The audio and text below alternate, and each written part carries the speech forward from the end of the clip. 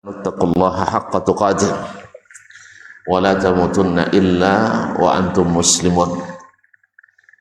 Alhamdulillah, bersyukur kita kepada Allah Subhanahu wa ta'ala yang senantiasa memberikan rahmat, nikmat dan karunia-Nya. Siang malam, pagi petang, setiap saat, bahkan setiap helaan nafas kita. Mudah-mudahan hati kita senantiasa bersyukur dan menggunakan segala nikmat yang diberi untuk mendapatkan nikmat Allah lagi, yaitu menggunakannya untuk ketaatan kepadanya dan mendekatkan diri kita kepadanya.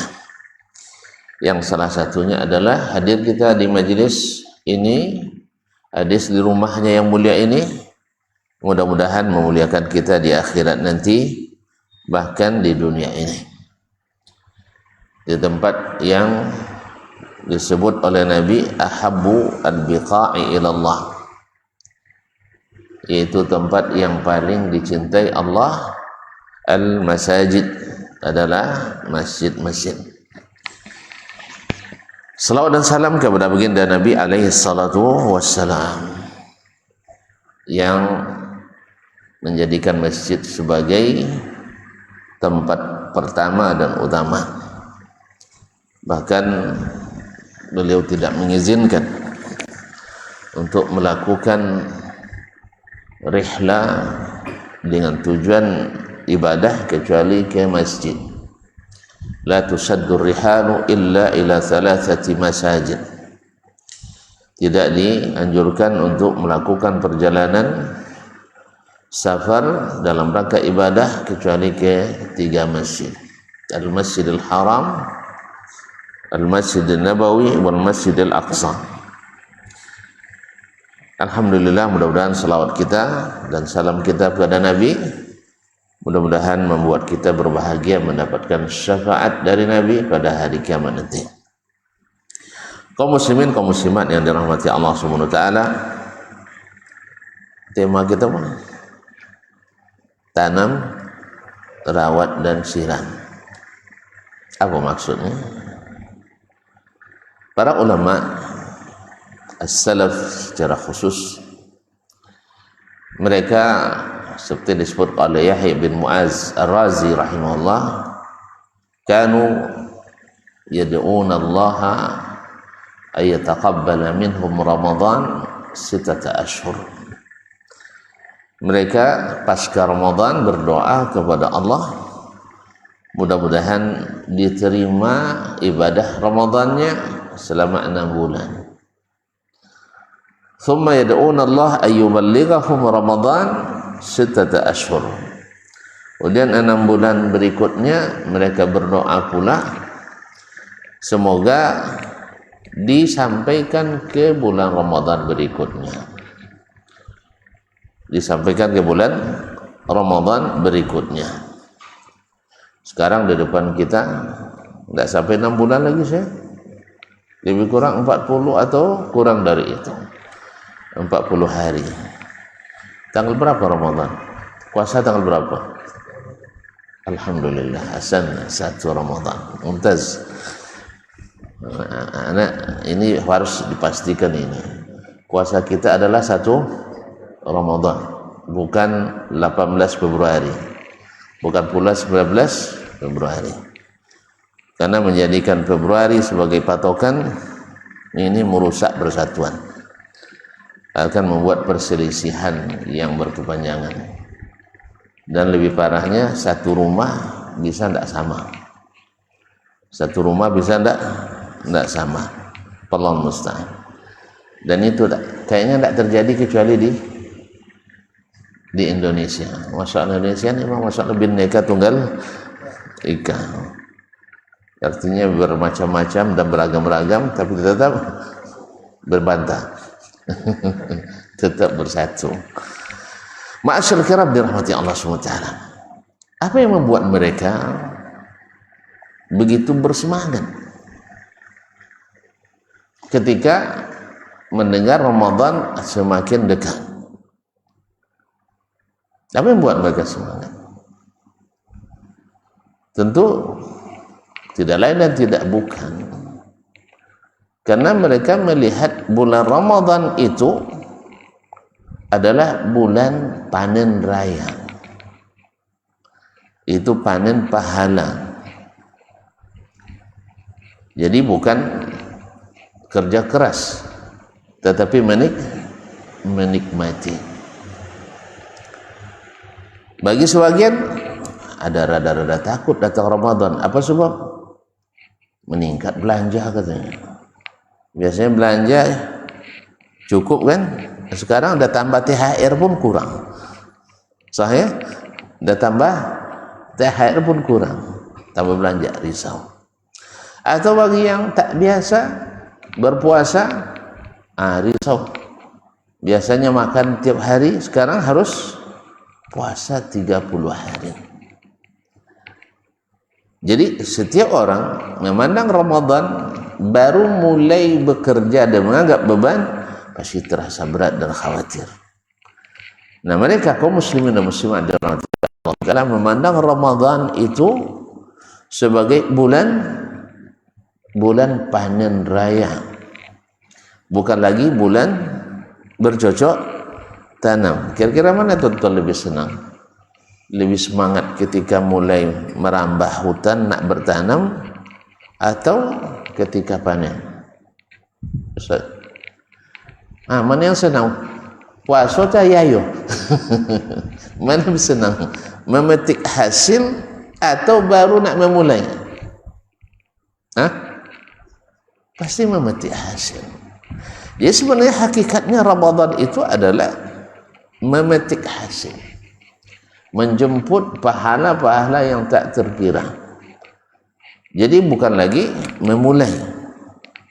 Makanya mereka sebelum Ramadan sudah membiasakan diri. Makanya Allah Subhanahu wa taala jadikan bulan-bulan haram, kan ada 4 bulan haram. Inna iddatash syuhuri indallahi 12 syahran fi kitabillah yauma khalaqas samawati wal arda minha arba'atun hurum. Sesungguhnya bilangan bulan di sisi Allah adalah 12 bulan di kitabillah, dalam catatan Allah di Lauhul Mahfuz. Yauma khalaqas samawati wal ardh, sejak Allah ciptakan langit dan bumi, minha arba'atun hurum, 4 di antaranya bulan-bulan haram, yaitu dijelaskan dalam hadis, dikatakan inna zamana qad istadara munzu kama munzu khalaqallahu as-samawati wal ardh al-sanatu 12 syahran minha arba'atun hurum, 3 mutawaliyat, Zulqa'dah wa Zulhijjah wal Muharram, wa wahidun fard wa huwa Rajab Mudhar. Sesungguhnya zaman waktu itu beredar, berputar, silih berganti. Sejak Allah ciptakan langit dan bumi, seperti itu juga sampai sekarang. 1 tahun itu 12 bulan. 4 di antaranya adalah bulan-bulan haram, bulan-bulan yang disucikan, bulan-bulan yang ditakzim, yang dihormati. Karena Allah Subhanahu wa taala, wa rabbuka yakhluqu ma yasha'u wa yakhtar, Rabbmu mencipta dan memilih seperti yang Dia kehendaki. Lalu Dia pilih 4 bulan ini, 3 berturut-turut, yaitu Zulqa'dah, Zulhijjah, wal Muharram, dan 1 tersendiri, yaitu Rajab Mudhar, bulan Rajab Mudhar. Dikatakan Rajab Mudhar karena kabilah Mudhar, Quraisy itu kan terbagi 2 kabilah besar, yaitu Mudhar dan Rabi'ah. Dan Mudhar sangat menghormati bulan Rajab dibanding yang lain. Yang lain kadang-kadang dimajukannya, dimundurkannya, yang sedangkan Mudhar tidak mau. Jadi bulan Rajab adalah bulan yang sangat dihormati oleh para kabilah Mudhar. Nah, apa hikmahnya? Kalau bulan haji, kalau bulan yang 3 berturut-turut, ini kan munasabahnya adalah pelaksanaan ibadah haji. Pelaksanaan ibadah haji. Diharamkannya 3 bulan ini untuk, wallahu alam, di antara manfaat dan faedahnya serta hikmahnya adalah keamanan perjalanan jemaah haji. Kalau pelaksanaan haji kan di tanah haram kan terbatas jaraknya. Di luar tanah haram mereka tidak aman karena terjadi orang jahiliyah kan saling serang biasa, saling hadang biasa, penyamun biasa di jalan. Tetapi di bulan-bulan haram mereka berhenti. Mereka berhenti. Sehingga para jemaah haji yang datang, ketika datangnya aman dan pulangnya aman, tidak akan diserang oleh orang-orang Arab Quraisy. Dan subhanallah, diukur dengan perjalanan hari itu, jarak tempuh terjauh orang-orang yang melakukan haji di masa itu adalah 1 bulan perjalanan. 1 bulan perjalanan. Maka Zulqa'dah sebulan, yaitu perjalanan jemaah menuju Makkah. Setelah masuk Makkah mereka aman. Wa man dakhalaha aminin. Wa man dakhala kanu aminin. Siapa yang masuk Makkah berarti aman. Tapi menjelang sampai, maka Allah berikan pengamanan dengan menjadikan bulan Zulqa'dah bulan haram. Kemudian pelaksanaan haji di bulan Zulhijjah itu juga ditambah lagi di bulan haram dan di bulan haram dan di tanah haram, sehingga keamanannya lebih lagi. Kemudian kepulangan mereka setelah melaksanakan haji, ada pula bulan Muharram yang membuat mereka aman balik sampai ke kampung halaman masing-masing. Selepas itu baru bulan biasa. Nah, di bulan-bulan biasa orang-orang dulu tidak seperti bulan haram. Kalau bulan haram itu mereka menghormati. Kayaknya lebih dari kita hari ini. Orang Islam hari ini kadang tidak tahu dia bulan Rajab di bulan haram kan. Abi berbantah aja cerita. Kan banyak kita yang berbantah hari ini, berriba, madu domba, menghasut, memfitnah, berdusta di bulan haram. Tak ada kata Allah Subhanahu wa taala, fala tazlimu fihinna anfusakum. Jangan kalian menzalimi diri kalian pada bulan haram itu. Nah, sekarang apa munasabahnya atau bagaimana pula hikmahnya ke Rajab sendiri dan menjelang bulan Sya'ban. Kemudian lepas itu bulan Ramadan. Ma'asyil kiram dirahmati Allah. Para ulama menyebut bulan Rajab ini adalah syahrul ghiras, yaitu bulan menanam. Kenapa bulan menanam? Tadi kita katakan bahwa Allah menjadikannya sebagai bulan haram, di mana di bulan haram ini sebagaimana pahala dilipat gandakan, demikian juga dosa berbuat maksiat dan kezaliman juga dilipat gandakan. Maka seolah-olah kalau kita amati, puasa itu unsur yang paling menentukan di puasa itu apa? Amalan yang paling berat di puasa itu apa? Menahan. Sah? Mana yang lebih berat? Mendorong atau menahan? Begitu aja kok payah. Mana yang lebih berat? Jadi juara atau mempertahankan juara? Ini tanya sama imam kita. Mana lebih baik, berkeluarga atau mempertahankan keluarga?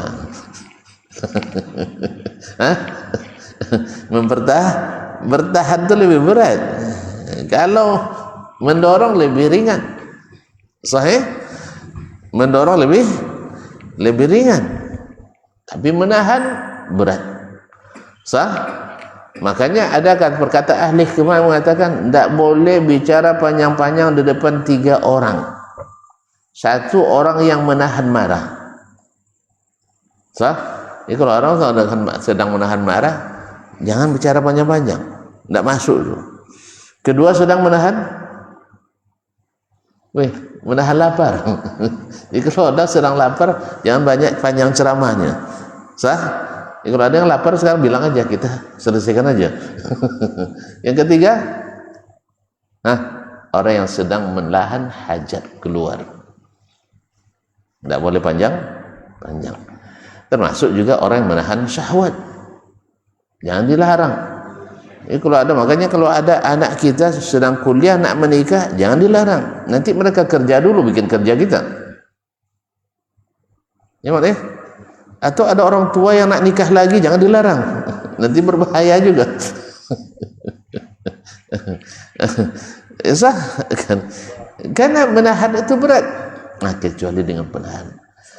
Puasa adalah, bahkan rukun puasa kan menahan diri dari makan, menahan diri dari minum, menahan diri dari nafsu, menahan diri dari segala hal yang membatalkan dan yang mengurangi pahalanya.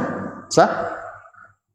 Oleh itu kaum muslimin dan muslimat dirahmati Allah, seolah-olah Allah katakan, kalau kalian nak menempuh Ramadan, saya berikan masa pelatihan, menanamkan sifat-sifat dan kekuatan untuk menahan diri. Sebab apa? Sebab bulan haram, Anda harus banyak menahan. Harus banyak menahan. Menahan apa? Menahan dosa, menahan diri dari dosa. Atau juga di bulan Ramadan, di bulan Rajab ini juga diberikan keutamaan puasa. Karena di antara yang disebut oleh Nabi SAW, puasa yang paling utama adalah puasa di bulan yang di bulan-bulan haram. Di antaranya adalah bulan Rajab ini. Walaupun seperti yang mungkin sudah kita bahas sebelumnya, walaupun tidak ada amalan-amalan khusus di waktu-waktu khusus dengan cara-cara khusus di bulan Rajab. Karena semua dalil yang menunjukkan ada amal khusus dengan cara khusus di waktu khusus di bulan Rajab, semuanya tidak ada yang sahih. Seperti yang disebutkan oleh Imam Ibnu Hajar rahimahullah, dan sebelumnya Ibnu Rajab Al-Hambali, dan sebelumnya adalah Abu Ismail Al-Harawi. Mereka semuanya mengatakan bahwasanya tidak satu pun dalil yang sahih untuk amalan khusus dengan cara khusus di waktu khusus dengan sifat khusus di bulan Rajab. Tetapi walaupun mereka sepakat bahwa beramal apapun amal saleh dianjurkan di bulan Rajab ini secara umum, termasuk diantaranya adalah puasa. Nah, oleh sebab itu para ulama melihat bahwasanya di bulan Rajab ini adalah bulan kita bercocok tanam. Makanya mulailah dari sekarang. Siapa yang ingin panen raya di bulan Ramadan, maka kerjakan amal-amal yang ini kan. Nah, ma'asyiral kiram dirahmati Allah, ibarat orang menanam. Orang menanam harus aman. Harus aman dari hama, harus aman dari gangguan binatang, harus aman dari sisi tempat, harus aman dari sisi masa. Maka Allah SWT jadikan Rajab ini sebagai bulan haram, sehingga kita relatif lebih aman dari berbagai gangguan. Maka di bulan ini, subhanallah kaum muslimin dan muslimat, hendaknya kita mulai melapang-lapangkan lahan kita.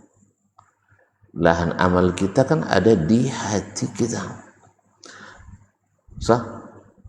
Kan kita ada di sini. Makanya kaum muslimin dan muslimat dirahmati Allah SWT, di bulan depan, bulan Sya'ban, Nabi SAW mengajarkan kita lebih meningkatkan lagi. Kalau biasanya sekarang misalnya kita puasa istilahnya 10 hari sebulan ini, atau 8 hari atau kurang atau lebih, maka di bulan Sya'ban akan lebih lagi. Bahkan diriwayatkan oleh Ummul Mukminin Aisyah radhiyallahu taala anha dan juga dari Usama ibn Zaid radhiyallahu taala anhuma, bahwa Nabi SAW puasa di bulan Sya'ban hampir sama dengan puasa di bulan Ramadan. Hampir sama dengan bulan Ramadan. Seolah-olah Nabi tak meninggalkan satu hari pun kecuali berpuasa di bulan Sya'ban. Itu pula yang menjadi kesempatan oleh Aisyah radhiyallahu taala anha untuk membayar puasa Ramadan yang tertinggal. Oleh itu kaum muslimin dan muslimat dirahmati Allah, maka di bulan ini orang melapangkan lahan-lahan tadi, membiasakan diri untuk menahan, jangan sampai berbuat kezaliman. Dan bila bibit ini berhasil kita tanam, kesabaran kita dilatih di bulan Rajab ini, kemudian bersedekah kita juga dilatih di bulan Rajab ini, amarah kita juga dilatih ditahan di bulan Rajab ini. Karena tadi Allah tegaskan, fala tazlimu fihinna anfusakum, jangan kalian menzalimi diri kalian di bulan haram itu. Zalim kan di setiap bulan haram ya, zalim di setiap masa haram.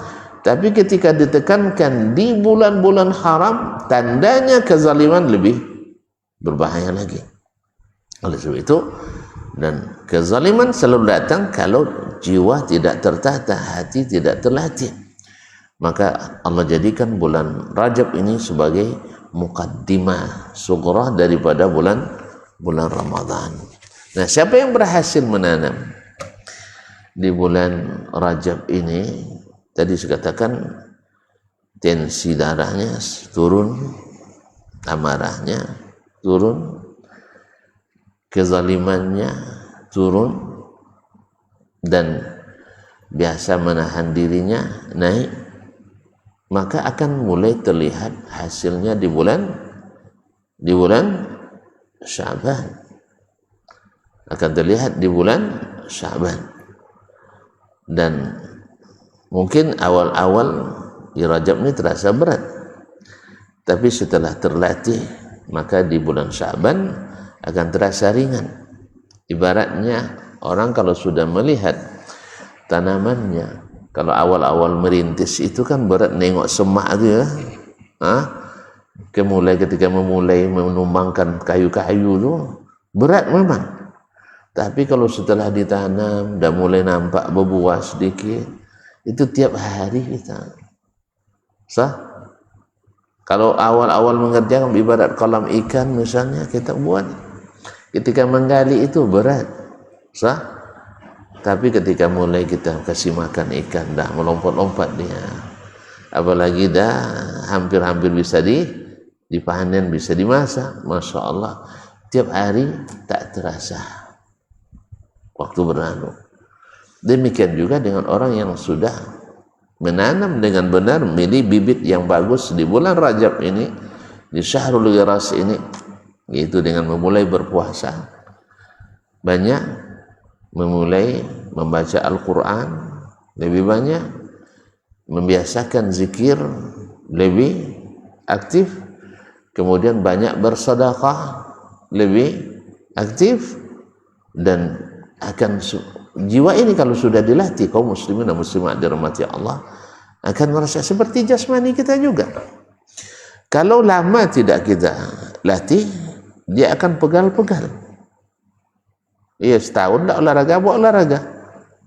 Porsi pula sehari pula olahraga, kan? Malam tak bisa tidur, pegal-pegal semua. Tapi kalau sudah dibiasakan berangsur sedikit demi sedikit, besoknya kalau tidak olahraga terasa nggak enak. Demikian juga dengan jasmani rohani kita. Ketika awal-awalnya berat, ya bagaimana, ya subhanallah kaum muslimin muslimat, awak yang berhemat-hemat mencari, dah kita kumpul, tiba-tiba orang datang nelpon langsung minta bantuan, kan berat enggak sih? Walaupun kadang banyak yang bikin alasan pula, kan. Nah, tapi ketika kita sadar bahwasanya di antara yang Allah berikan kepada kita ada rezeki hamba-hamba Allah yang lain, atau ada bagian dari dakwah dan agama Allah di situ, atau ada yang sebenarnya itulah yang untuk kita, yang sebenarnya hakikatnya yang kita berikan itulah yang untuk kita. Nabi alaihissalam pernah, sebelum dia pergi, dia meninggalkan seekor kambing yang sudah dibantai dan dikuliti. Lalu ketika pulang dia tanya ke Aisyah radhiyallahu anha, bagaimana beritanya kambing tadi? Kata Aisyah, ya Rasulullah, semuanya sudah habis kecuali tulang yang ini zira, ini bagian tangannya, karena Nabi mau suka daging yang bagian tulang tangan itu Nabi suka sallallahu alaihi wasallam. Kata Nabi sallallahu alaihi wasallam, baqiya kullu syai' illa al-qira atau illa al-qura. Sebenarnya yang tinggal itu yang habis dibagikan itu, sedangkan yang ini bukan yang tinggal, ini justru yang akan kita habis. Karena memang harta kita itu yang kita makan lalu habis jadi ampas atau jadi gizi, yang kita pakai lalu jadi lusuh, dan yang ketiga yang kita infakkan, dan itulah yang kekal abadi. Cuman masalahnya seperti kata Nabi alaihissalam, ayyukum malu warithi ahabu ilaihi min malihi. Siapa di antara kalian yang harta ahli warisnya lebih dia cintai dari hartanya sendiri? Paham enggak? Harta ahli waris lebih kita cintai daripada harta kita sendiri. Kata para sahabat, siapa pula ya Rasulullah yang harta ahli waris lebih cintai daripada harta dia sendiri? Lalu kata Nabi, katakan, yang kalian infakkan itulah harta kalian, yang kalian simpan itu harta untuk ahli waris. Sekarang kita nyatanya mana yang lebih kita cintai, harta untuk ahli waris atau harta yang akan kita bawa? Rata-rata harta untuk ahli waris.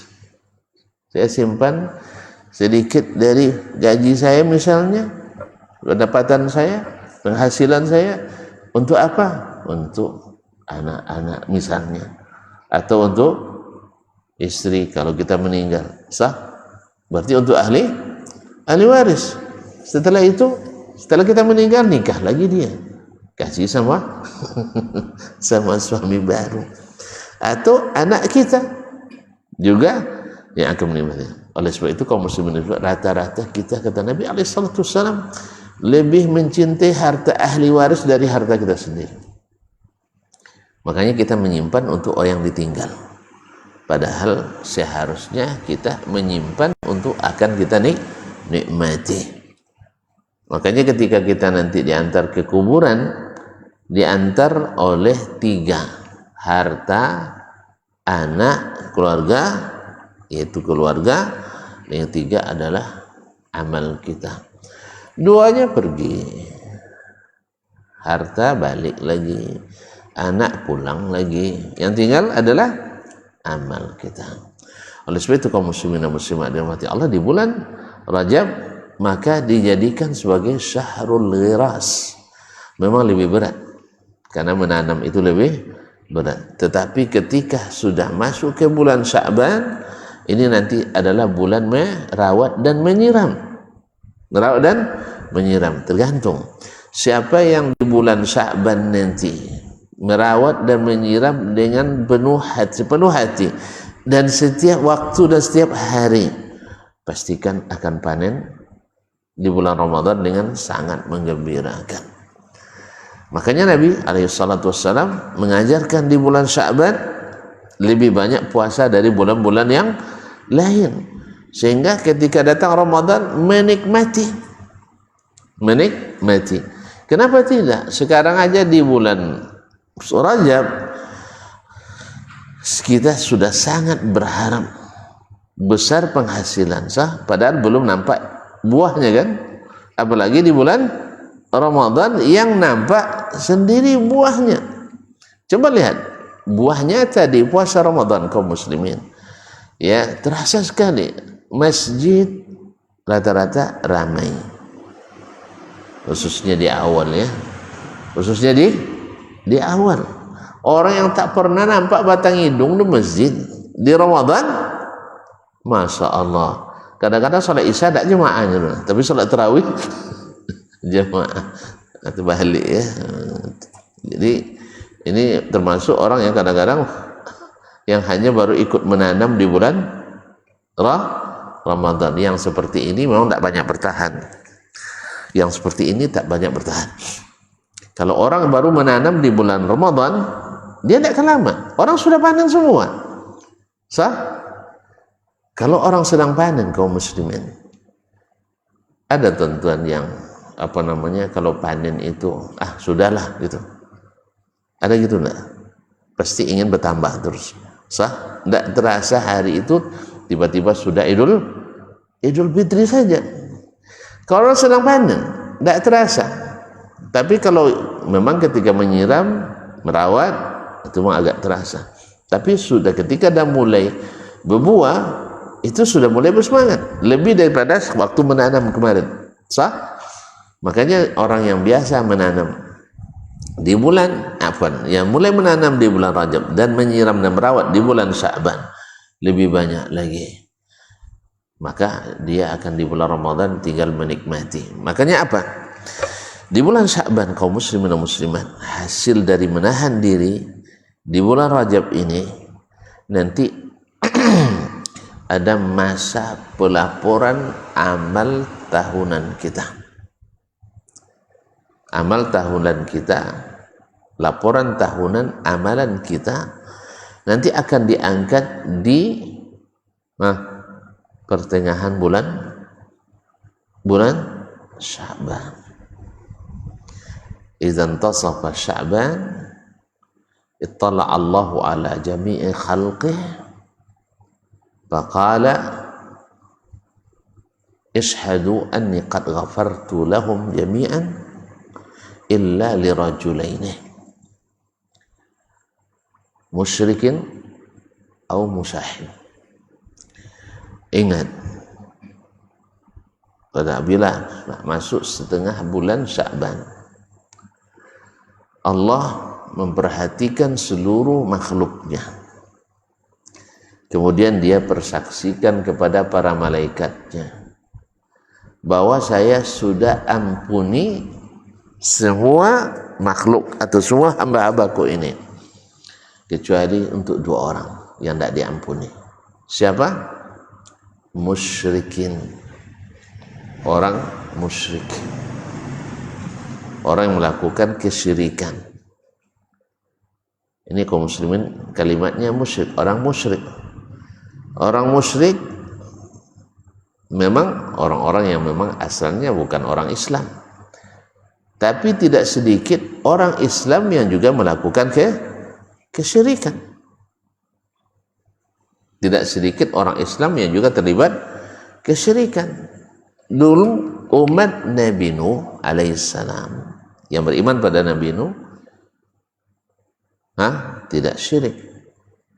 Tapi yang menentang Nabi Nuh mereka mengaku sebagai penerus agama sebelumnya.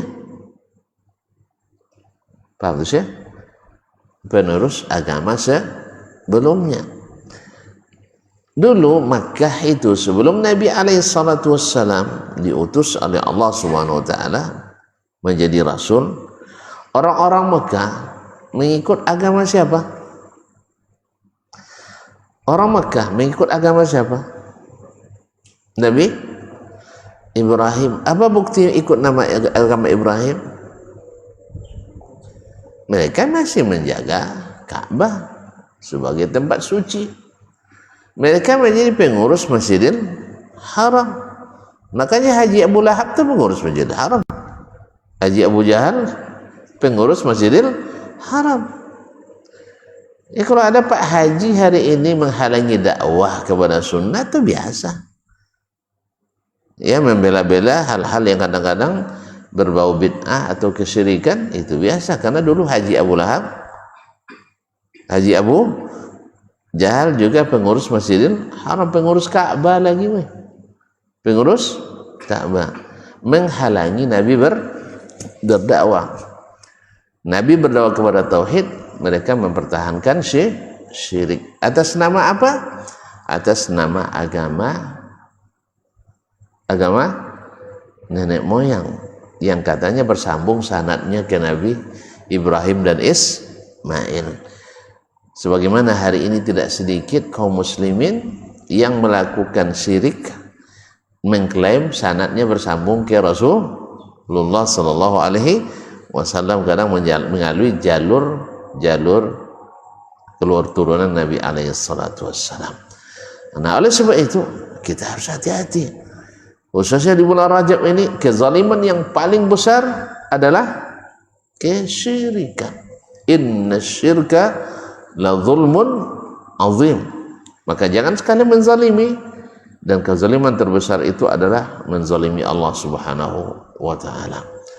Maka orang-orang yang melakukan kesyirikan, orang-orang yang melakukan kemunafikan, maka sekarang berbenah di bulan Rajab ini. Nah, di bulan Rajab ya tadi pahalanya ditingkatkan, maksiat juga ditingkatkan dosanya. Nah, di bulan yang seperti ini aja kita berharap besar, apalagi di waktu panen di bulan Ramadan yang jauh lebih besar.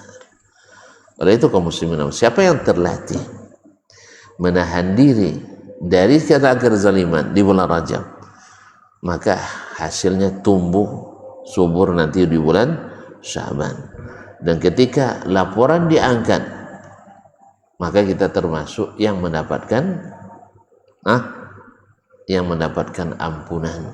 Artinya laporan amalnya diterima. Illa li musyrikin au musyahin, kecuali orang musyrik au musyahin, atau orang yang berbantah-bantah. Nah, berbantah-bantah kenapa? Nanti selepas azan, jangan kemana-mana. Nah,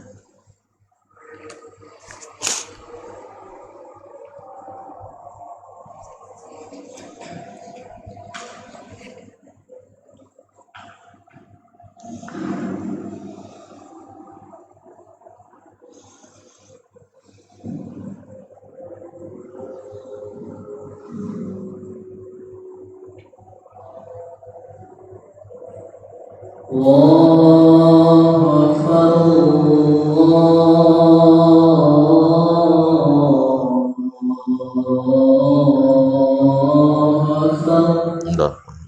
Allahu Akbar, Allahu Akbar, Allahu Akbar.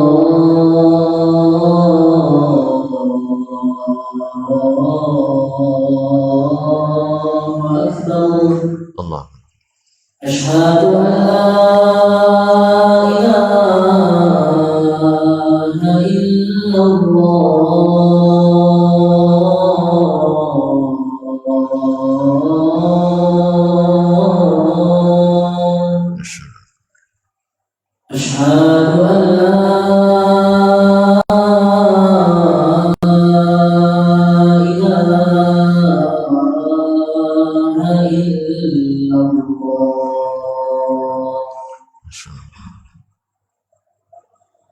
Asyhadu anna Muhammadan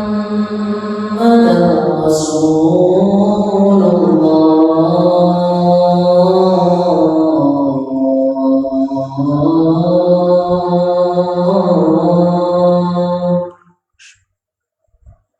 Asyhadu anna Muhammadan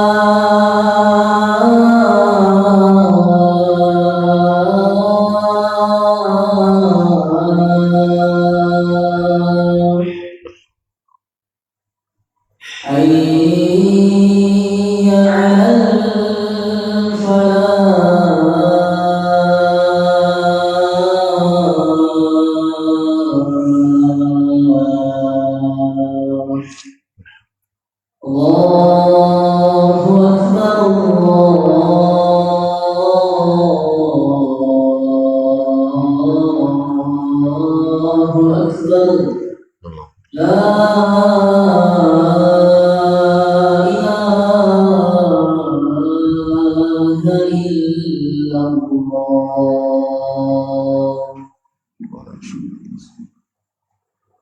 اللهم صل على محمد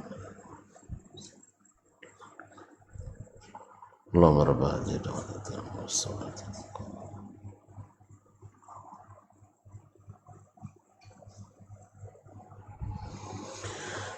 Ma'asyiral kiram dirahmati Allah Subhanahu wa taala. Jadi Allah mengumumkan, saksikanlah aku mengampuni seluruhnya. Ini ampunan diberikan kaum muslimin bukan tiba-tiba, tapi adalah prestasi kerja, karena tadi sudah dimulai dan diakhiri dengan puasa. Makanya ketika ditanya oleh Usama ibn Zaid, Nabi kita alaihi salatu wassalam, ya, kenapa engkau berpuasa di bulan Sya'ban tidak seperti berpuasa di bulan yang lain? Lalu Nabi katakan, inna amalan, sesungguhnya amalan hamba diangkat di bulan Sya'ban, dan saya ingin amalan saya diangkat dalam keadaan berpuasa. Jadi Nabi SAW juga puasa di hari Senin dan Kamis. Karena apa? Karena dia ingin diangkat amalannya dalam keadaan berpuasa. Nah, diangkat amalan di bulan Sya'ban, yaitu dalam laporan tahunan. Ya, sejak Ramadan tahun lalu sampai nanti menjelang Ramadan tahun ini, amalan kita itu diangkat dalam laporan tahunan di bulan Sya'ban. Jadi ada laporan harian, ada laporan pekanan, dan ada laporan tahunan. Nah, nanti di saat amalan kita diangkat itu, lalu di Allah katakan saya ampuni, berarti amalannya diterima. Kalau tidak dapat ampunan, berarti amalannya ditolak, atau setidaknya dilacikan dulu. Tahu dilacikan? Tak tahu ya? Apa istilahnya? Tidak diproses. Karena kata Allah SWT tentang orang yang tentang amalan diangkat pada Senin dan Kamis, lalu ada laporan si fulan dengan si fulan tidak berbaikan. Lalu kata Allah SWT, amhiluhuma hatta yastaliha. Jangan diproses laporan amalnya sampai mereka berduanya berbaikan. Sampai keduanya berbaikan. Kalau tidak berbaikan, amalan tidak diproses. Kalau tidak diproses, gaji tidak cair. Oleh itu kaum muslimin dan muslimat dirahmati Allah SWT, maka Nabi Allah dalam hadis itu dikatakan, dalam hadis kursi dikatakan, aku ampuni bagi semuanya kecuali dua orang. Satu musyrik, karena orang musyrik tak diterima amalnya, walaupun namanya Abdullah, walaupun namanya Muhammad nanti. Tapi kalau dia musyrik, jadi diterima. Makanya berterima kasih seharusnya kita kepada setiap dai, setiap ustaz, setiap ulama yang mengingatkan kita dari perbuatan syirik. Jangan justru marah, kerja nyirik-nyirikkan orang aja katanya, dikit-dikit syirik, dikit bid'ah katanya. Kita mengatakan itu karena membuka kesyirikan, membuka bid'ah itu kan tidak semua orang berani. Enggak? Ibarat bom tuh yang gegana aja yang berani, paham enggak? Iya, kan tidak semua orang bisa menjinakkan bom kan? Padahal ini bom paling berbahaya nih, syirik dan bid'ah. Orang kan kalau cerita ngajak untuk bersedekah, ngajak untuk menuntut ilmu, ngajak untuk hidup zuhud, semua orang tidak ada yang akan bantah kita. Ya betul itu, harus dirikan sholat, rajin puasa, rajin silaturahim, rajin berkasih sayang, kalau perlu Natalan pula bersama. Auzubillah. Muslimin yang dakwah seperti ini cenderung mudah dibanding mengatakan ini bid'ah, ini syirik. Kenapa?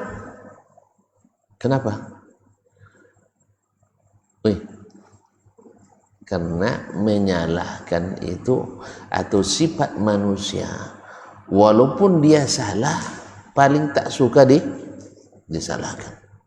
Itu sifat manusia. Walaupun dia salah, tetap tidak suka disalahkan. Contohnya kita ketika disalahkan oleh orang tua kita, kenapa kamu lambat pulang? Gimana jawabannya tuh? Dulu waktu sekolah pasti tidak senang disalahin. Sahih? Ama kan nggak tahu kan di rumah aja katanya gitu kan. Saya yang tahu, saya yang belajar dan sebagainya. Tetap salah. Yang salah tidak suka dibilang salah. Bagaimana caranya lagi? Dibiarin aja. Terjadi pembiaran, akhirnya terbiasa berbuat salah. Makanya tidak dibolehkan. Kenapa dulu orang Quraisy itu, orang Arab itu, yang asalnya Makkah itu adalah kota tauhid, kayaknya tidak setuju nampaknya. Makkah dulu kota apa? Kota syirik atau kota tauhid? Apa buktinya? Ada patung di situ dulu? Ada patung di situ? Enggak ada. Ibrahim kan bangun pertama kali kan? Wa iz yarfa'u Ibrahimul qawa'ida minal baiti wa Ismail. Di antara doa Ismail, anak Ibrahim adalah wajadubni wa baniya an na'budal asnam. Jauhkan kami dari beribadah kepada berhala. Tapi akhirnya jadi pusat syirik. Tahu enggak tuan-tuan kenapa jadi pusat syirik? Kenapa? Bilang nggak tahu, biar aku jelaskan.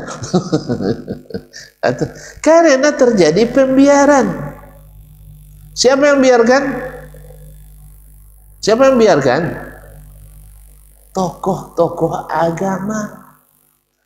Sama kalau sekarang misalnya kalau ada orang yang sok pinter misalnya mengajak kita untuk merayakan perayaan agama lain. Kalau tidak ada yang bantah, tidak ada yang berdakwah, tidak ada yang mencegah, nanti terjadi pembiaran.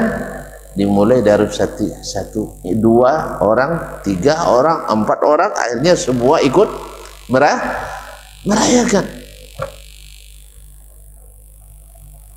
Kalau bila terjadi pembiaran, maka akan merajalela, jadi kebiasaan, sehingga hilang bisa karena biasa. Tidak bisa dicegah lagi, sudah kayak rebah. Kalau kita lawan nanti kita kena gelodo kita, kena air bah kita, banjir bandang kita dibuatnya. Akhirnya menyerahlah kebanyakan orang, karena akhirnya menjadi Ka'bah menjadi sarang hantu.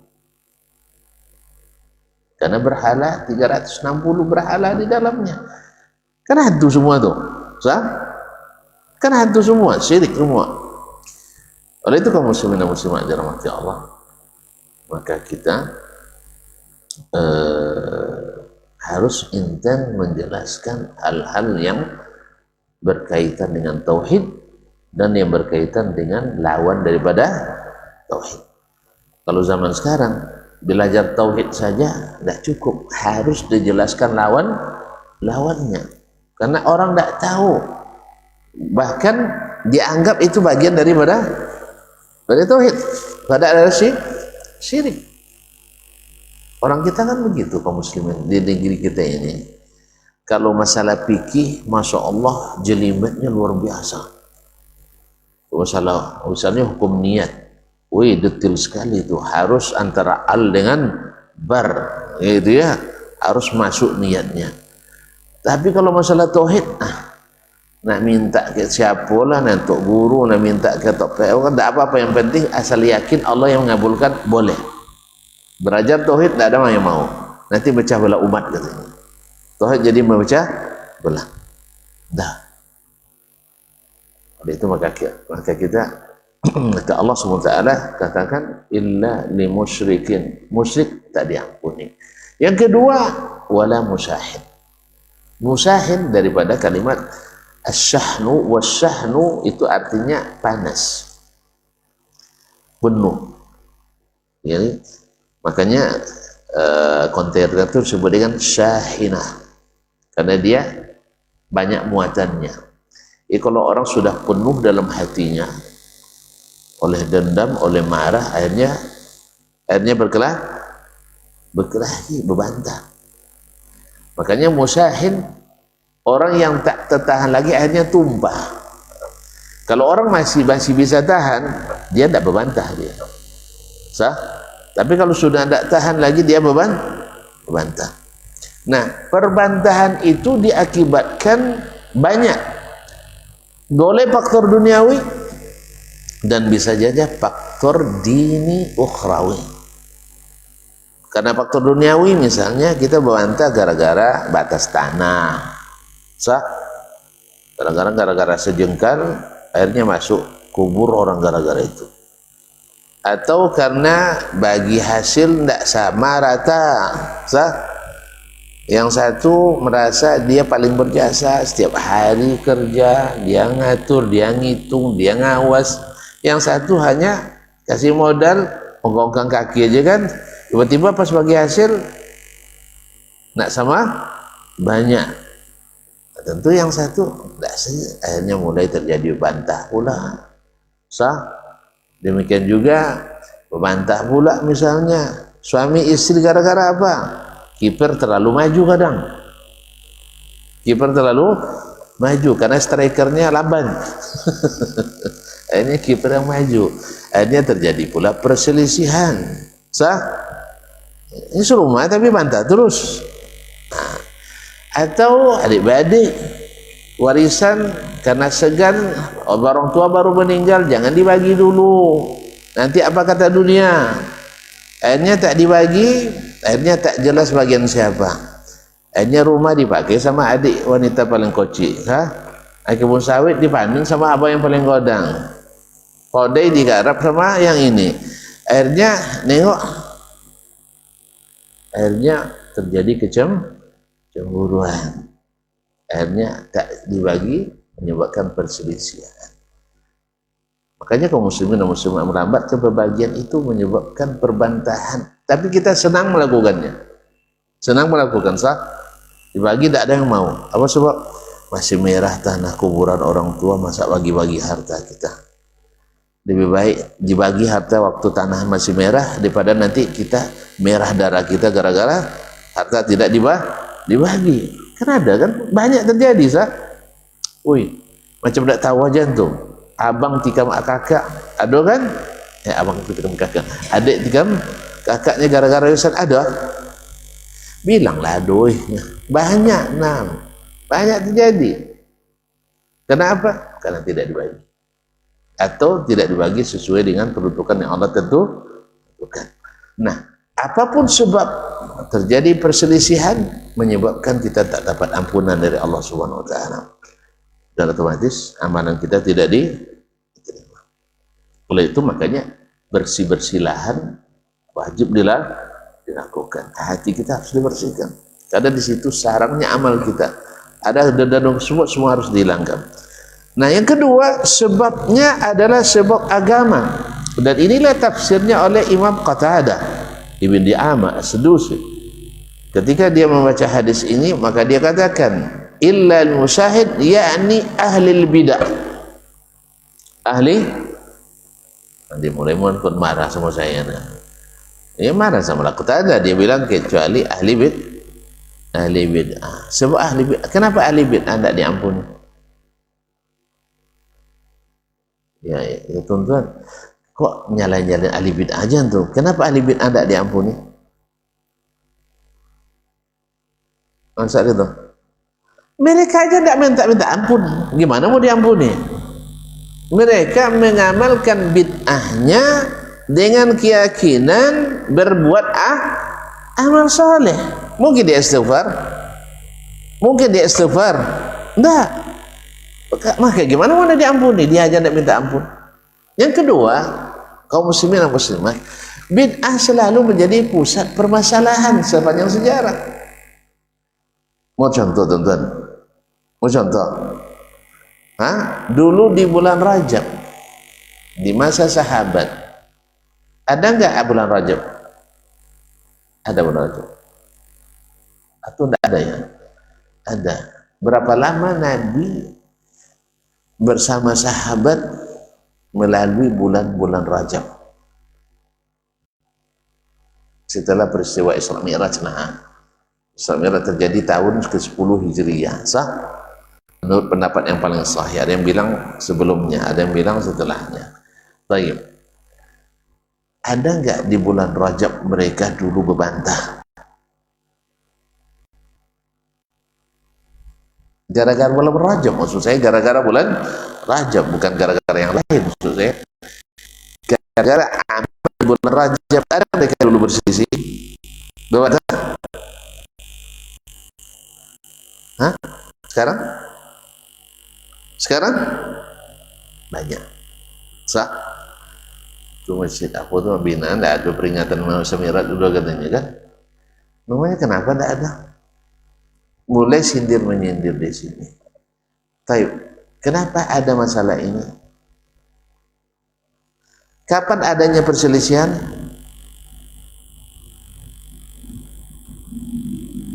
Tak jelas pertanyaan. Kenapa terjadi perselisihan di zaman kita? Sejak kapan adanya orang berselisih gara-gara bulan Rajab? Paham juga pertanyaannya? Atau dengan itu tuan, atau lapar ya? Sejak orang melakukan bid'ah di bulan Rajab. Sejak ada orang melakukan salat di Jumat pertama di bulan Rajab. Sah? Kan ada itu kan? Salat malam pertama di bulan Rajab, pahalanya sama dengan 7. Dapat utang mat 7 atau 70. Lalu boleh enggak jadi seorang. Jadi tapi hadiah ya sama dengan pahala 7 kali Lailatul Qadar. Lebih afdal pada Ramadan jadi Pak ya. Itu. Nah, lalu kita ingatkan. Ya. Sejak itu dibuat orang, lalu ulama intens mengingatkan. Ada mulai terjadi perselisihan. Sah? Jelas ya? Nah, kemudian puasa hari pertama di bulan Rajab, ada lagi. Dua lagi bid'ah baru. Atau muhasabah di awal bulan misalnya, atau peringatan hari besar Islam tanggal berapa? Nggak mana itulah, nggak tahu. 27 Raj Isra Mi'raj. Selama di masa sahabat 100 tahun lebih mereka anyang-anyang saja di bulan Rajab, tidak ada masalah. Di masa tabi'in sama juga, tidak ada orang masalah. Kapan mulai terjadi perbantahan antara masjid ini dengan masjid itu? Setelah orang melakukan hal itu. Niatnya semua baik itu dia. Makanya bid'ah selalu menimbulkan masalah. Cuma yang tertuduh yang tertuduh bikin masalah siapa? Ahli bid'ah atau ahli sunnah? Ahli sunnah. Dulu orang tuh bikin syirik di Makkah, datang Nabi menjelaskan perbuatan itu salah. Sah? Dan yang disalahkan siapa? Yang disalahkan siapa? Nabi Sallallahu Alaihi Wasallam. Padahal mereka yang bikin masalah. Lalu Nabi disalahkan. Sekarang ajaran Nabi sudah lengkap. Tiba-tiba datang pula orang belakangan membuat hal yang baru dalam agama. Datang kita yang ingin beragama seperti zaman Nabi Sallallahu Alaihi Wasallam. Lalu kita jelaskan. Marah nggak orang dijelaskan? Marah nggak orang dijelaskan? Marah. Siapa yang disalahkan? Siapa yang disalahkan? Yang menjelaskan. Sebab apa? selama ini kami tidak ada yang mencegah dulu, tiba-tiba pulang dari Madinah lah bid'ah semua. Iyalah dulu, sebab dulu semuanya pembiaran, kan terjadi pembiaran. Mungkin sebagian ulamanya waktu itu tahu, seperti dulu antara Sunan Ampel dengan Sunan Kalijogo, ketika memakai gamelan untuk dakwah, tidak sepakat mereka. Kata Sunan Ampel, tidak usah pakai.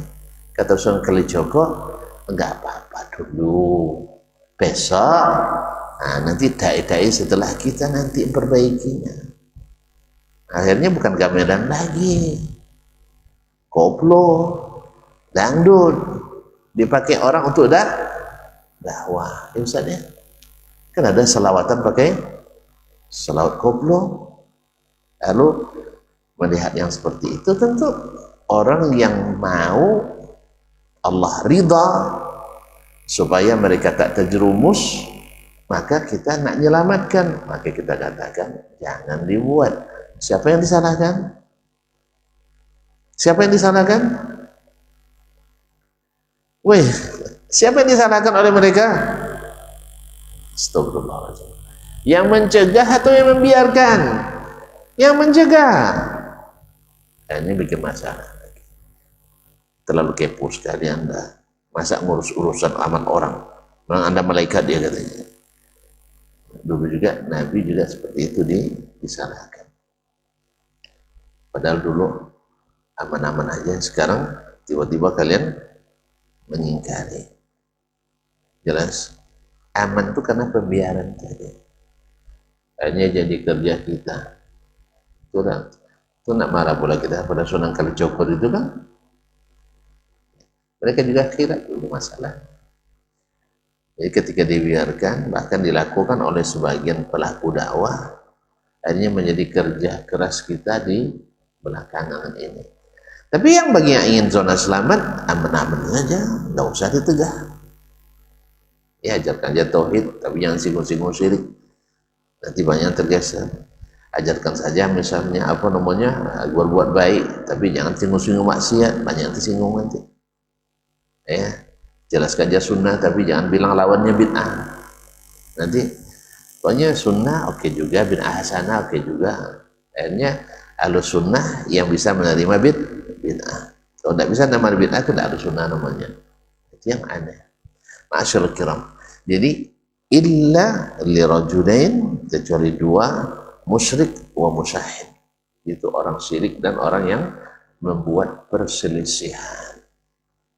Nah, pembuat perselisihan ini karena dua sebab. Satu karena sebab duniawi, yang kedua karena sebab ukhrawi dini, yang menyebabkan orang berselisih. Di antaranya adalah masalah agama. Dulu ketika ulama kita sepakat semuanya, kalau ada yang Natal tidak mengucapkan selamat, aman aja. Timbul pula sebagian orang-orang hebat kan, orang-orang cerdas. Kan orang cerdas ya, cuma tidak berilmu kadang, atau berilmu tapi tak adanya ilmunya. Ada mulai bukan hanya sekedar menyamakan selamat, tapi sudah sampai ikut Natalan bersama. Tapi kalau sudah Natalan, besok tadi hari Waisak lagi kita ikut kan, besok Konghucu lagi kita ikuti. Akhirnya besok mereka ikut pula khutbah Jumat nanti dengan kita. Khutbah hari ini adalah pendeta fulan. Kenapa? Karena ulamanya sudah membolehkan. Makanya ulama sepanjang zaman merusak agama. Kalau ada pembiaran, diam semua, maka itu akan berjalan, bergulir, sehingga menganggap sesuatu itu sesuatu yang biasa. Nah, jadi kerja lebih berat lagi nanti bagi generasi setelah kita. Makanya tak boleh diam dalam masalah seperti ini. Nah, kalau tidak diam, kita kadang dipaksa diam dalam. Kadang-kadang dipaksa diam. Allah musta'an. Jadi orang-orang seperti ini yang membuat perselisihan umat, tak diampuni Allah SWT. Mau tidak diampuni? Mau tentu tidak diampuni. Maka jangan jadi penyebab perselisihan. Maka berdamailah. Karena nanti juga puasa kita tidak akan mungkin kita diterima kecuali dengan saling mengikhlaskan semuanya. Maka kesimpulannya, apa ilmu amalan yang paling harus kita siapkan menjelang Ramadan, yang harus kita tanam, kita rawat? Yang pertama adalah memurnikan tauhid kita pada Allah Subhanahu wa Ta'ala. Dulu orang-orang jahiliyah berkeyakinan banyak, kita harus hapus itu keyakinan itu di bulan Rajab. Yang kedua, menghormati bulan Rajab ini sebagai bulan yang disucikan. Dengan apa? Menahan diri, supaya kita terlatih puasa nanti menahan diri. Itu jangan marah ketika diganggu. Kan itu kan, kalau diganggu tuh puasa kan bilang saya sedang puasa, mau kelahi besok aja Idul Fitri. Nah, gitu kan, bisa ditahan. Yang ketiga, banyak-banyak berpuasa, memulai menanam bibit-bibit puasa bagi yang belum biasa. Tapi kalau sudah biasa sepanjang tahun puasa Daud, Masya Allah, baginya tidak lagi susah untuk menanam. Kemudian bulan Sya'ban ditingkatkan dengan menyiram dan merawatnya sehingga buahnya nanti betul-betul mekar dan ranum di bulan Ramadan. Sehingga tidak ada lagi berat puasa Ramadan itu. Tidak ada istilah puasa tua lagi kan. Nah, kalau dulu kan di kampung ada puasa setua, tidak puasa cunde, baru hari pertama tidak kuat aku katanya kan. Iyalah hari pertama. Orang sejak Rajab sudah bertanam, dia masih tidur-tiduran, masih lalai. Sya'ban orang sudah banyak, sudah mulai berbunga, berputih kan di awal. Nah, dia enggak, baru nak boleh nanam ketika orang panen. Itu tidak semangat dia, tidak semangat. Makanya tanam, rawat dan siram. Mudah-mudahan di Ramadan kita menjadi orang-orang yang memanen. Kalau panen tak terasa hari berlalu. Kemudian kedua, ingin berlama-lama kita di waktu itu. Canda nunggu durian, durian jatuh kan, asal masih banyak di atas tuh, tidak bisa tidak tidur malam itu ya. Atau ketika musim ikan mudik istilahnya kan, itu sampai malam-malam tidur cari ikan tuh. Jadi kalau itu kaum muslimin dan muslimat, tenang. Atau musim-musim laku jualan, itu tidur, orang tidak tidur kadang semalam tuh sih. Tengoklah hari raya, menjelang hari raya, 24 jam buka. Tapi orang-orang yang mengejar akhirat, makanya 24 jam buka pintunya, itu amalnya. Terima kasih dan mohon maaf sekali, cukup sampai di sini. Lupa lagi, nahan marah juga. Kata Dewan, nahan marah, perbaiki hubungan sesama. Kemudian banyak Quran, kemudian adalah banyak bersedekah. Karena itu inti-inti amalan yang akan diperbanyak di bulan Ramadan. Karena Ramadan, siapa yang beri buka untuk orang puasa dapat pahala. Biasakan dari sekarang, siapkan perbukaan untuk orang yang puasa. Tidak bisa kita lakukan sendiri, mungkin melalui lembaga atau orang-orang yang melakukannya. Tidak perlu banyak-banyak, sesuai kemampuan kita. Karena yang memberikan perbukaan untuk orang puasa, 1 orang dapat pahala 1 orang, 10 dapat puasa 10 orang. Baik, sekira demikian. Sabar, karena itu puncak segalanya. Terima kasih dan mohon maaf. Wabillahi taufiq wal hidayah. Wallahu taala alam. Sallallahu alaihi wa sallam. Wassalamualaikum warahmatullahi wabarakatuh.